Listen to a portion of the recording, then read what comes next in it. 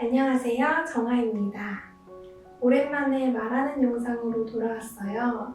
오늘 영상은 집을 사고 나서야 알게 된 것들, 그리고 직접 살아보면서 느낀 구옥주택의 현실에 대한 이야기예요. 최근 집 구매를 준비 중이신 구독자님이 집을 사기 전에 사고 나서 추가로 알게 된 꿀팁이 있으면 알려달라고 댓글을 남겨주셨어요. 그 계기로 이번 영상을 기획하게 됐어요. 저는 지금 뉴질랜드 오클랜드에서 1970년에 지어진 구옥주택에 살고 있어요. 집을 사기 전에는 솔직히 잘 몰랐던 것들이 정말 많았어요. 그런데 살다 보니까 이건 미리 알았으면 좋았을 텐데 싶은 것들이 계속 생기더라고요.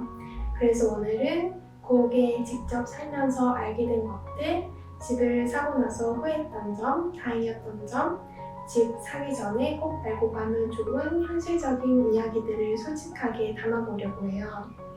먼저 영상에 나오는 내용은 저희의 개인적인 생각과 경험이기 때문에 참고용으로만 봐주시면 좋을 것 같아요. 그럼 시작해볼게요. 사실 집을 볼 때 신축이나 타운하우스를 포함해 다양한 주택들을 많이 봤어요. 그런데 결국 구옥 프리우드를 선택한 이유는 신축 프리우드는 예산이 부족했고 땅이 있는 집을 원했고 층간소음 없는 단독주택, 마당이 있다는 점, 구조가 비교적 넉넉하다는 점, 이런 이유들이 있었어요. 그리고 뉴질랜드에서는 프리우드가 주는 심리적인 안정감도 크더라고요. 이 땅은 진짜 내 거다라는 느낌이랄까? 근데 그땐 몰랐죠.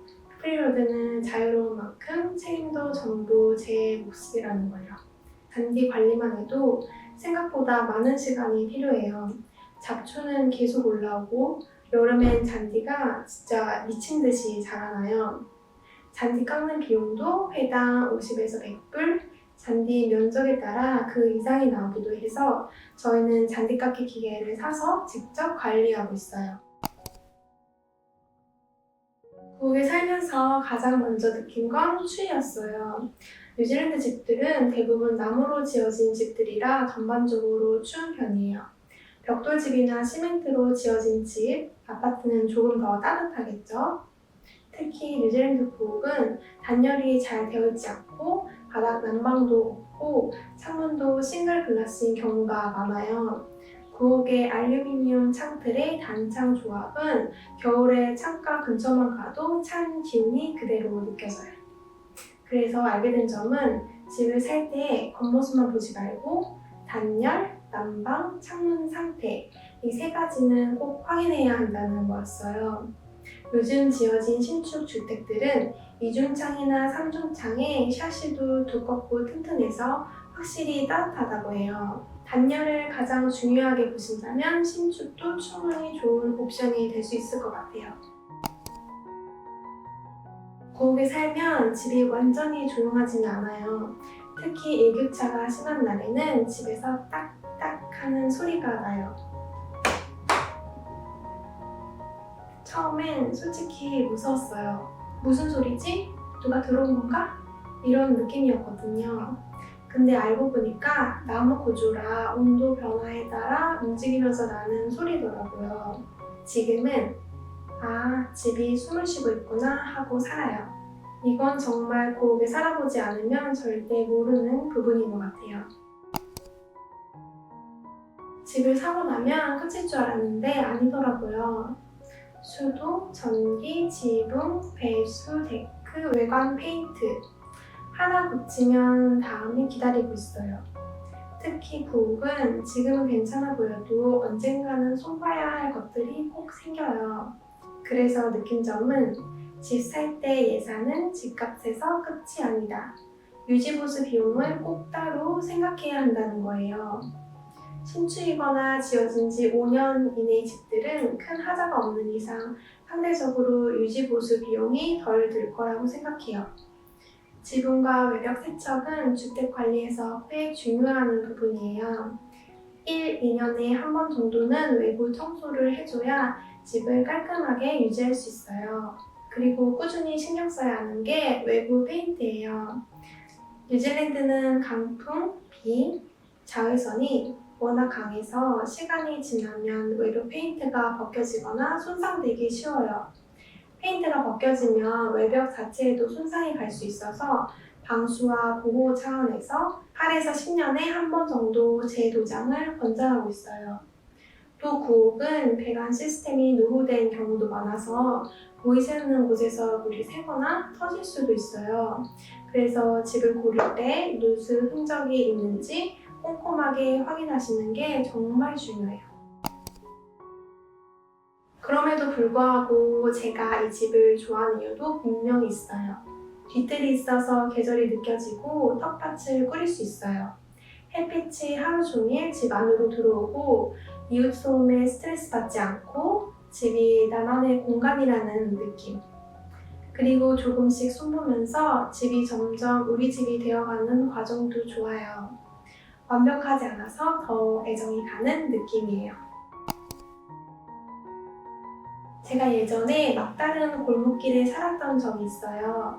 그 골목길에는 대부분 같은 골목에 사는 주민들 차량만 다니다 보니까 전체적으로 굉장히 조용했고 밤에도 잘 깨지 않고 푹 잘 수 있었어요. 그런데 지금 살고 있는 집은 도로 양쪽 끝이 다른 도로와 연결되어 있는 드라이브에 위치해 있어요. 그래서 차 이동량이 조금 있는 편이고 밤에 가끔 차 소리 때문에 잠에서 깨는 경우도 있어요. 이건 저희 집이 고옥이라 방음이 잘 안 되는 영향도 있는 것 같아요. 그래도 2년 정도 살다 보니까 어느 정도 적응이 되기도 했고 이어 플러그를 하고 나면 요즘은 크게 깨지는 않아요. 하지만 소리에 예민하신 분들이라면 집을 보실 때 막다른 골목길 위주의 조용한 집을 우선적으로 알아보시는 것도 좋은 방법인 것 같아요. 뉴질랜드의 도로 이름, 그러니까 도로명 전미사는 해당 도로의 형태나 위치, 환경적인 특성을 반영해서 정해져요. 그래서 각 명칭의 의미를 알고 있으면 지도를 자세히 보지 않아도 이 도로가 대략 어떤 성격인지 짐작할 수 있더라고요.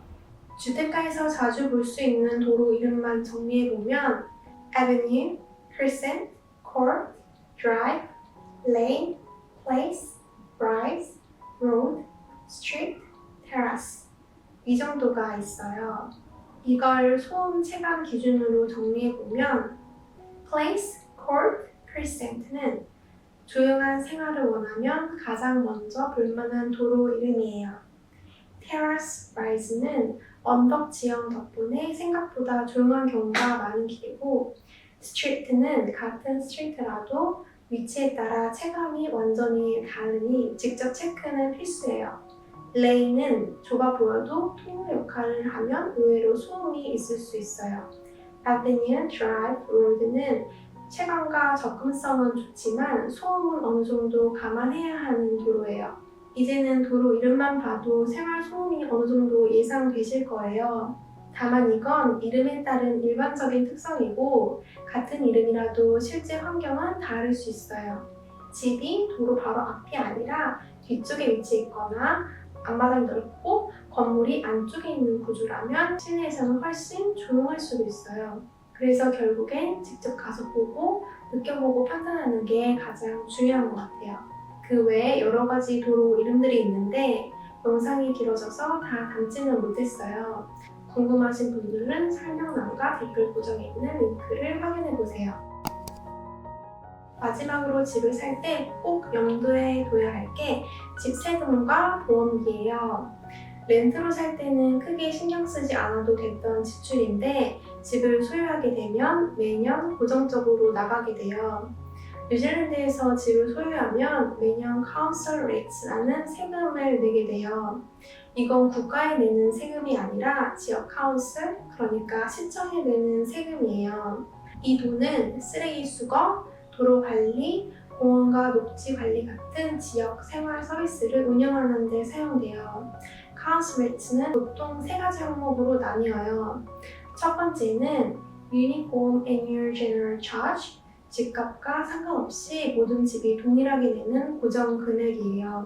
두 번째는 General Rates, 집의 CB, 즉 카운슬이 책정한 집 가치에 따라 달라지는 금액이에요. 집값이 높을수록 이 부분은 더 올라가요. 마지막은 Targeted Rates, 수도, 쓰레기 처리, 환경 관련 사업처럼 지역별 서비스 비용이에요. 2025-2026년 오클랜드 기준으로 보면 CB가 약 100만 달러인 주택의 경우 연간 카운슬 레이트는 대략 3,100에서 3,400달러 정도를 생각하시면 돼요. 이게 생각보다 집 유지비에서 꽤 큰 비중을 차지해요. 카운슬 레이트는 1년에 한 번 일시불, 분기별 납부, 소액으로 나눠서 자동 이체 이렇게 선택할 수 있어요. 오클랜드의 경우 연초에 한 번에 미리 내면 약 1.3% 정도 할인 받을 수 있어요. 오클랜드 카운슬 레이트 사이트에 주소를 적어 찾은 후 프로퍼티 레이트를 클릭하면 1년에 내야 하는 집 세금이 나와요. 더보기란과 댓글 고정에 링크 남겨놓을게요. 뉴질랜드에서 집을 소유하면 집 보험은 선택이라기보다는 거의 필수예요. 특히 모기지가 있는 경우, 은행 대출을 끼고 집을 산 경우에는 보험 가입이 사실상 조건이에요.